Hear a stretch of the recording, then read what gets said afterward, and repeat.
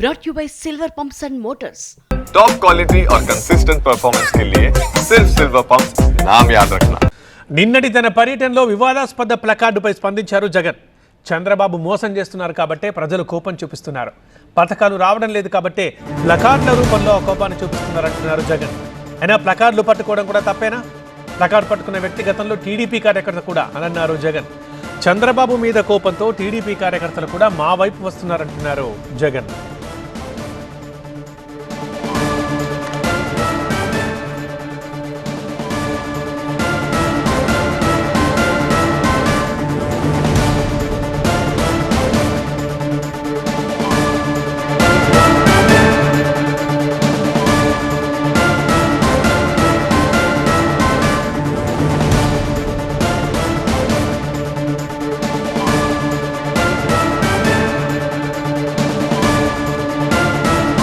కొడతా ఉన్నాడు. అన్ని అబద్ధాలు అయిపోయినాయి. ఫీజు రీయింబర్స్మెంట్ లేవు, ఆరోగ్యశ్రీ లేదు,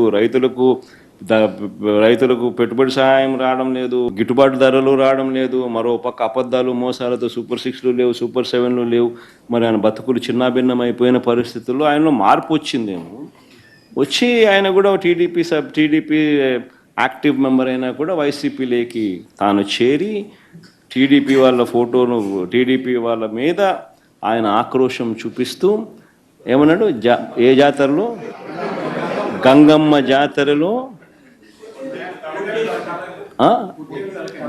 పొట్టేళ్ళు తలలు నరికినట్టు రపా అని నరుకుతానని చెప్పి ఆయన అంటానంటే దాని అర్థమైంది. మరి చంద్రబాబు నాయుడు అనే వ్యక్తి ఇంత మోసం చేస్తూ ఉన్నాడు కాబట్టి ప్రజలు అంత కోపాన్ని చూపిస్తూ ఉన్నారు. అందులో వాళ్ళ కార్యకర్తనే వాళ్ళ నుంచి మారి వైసీపీలోకి వైసీపీ కార్యక్రమంలో పాలు పంచుకొని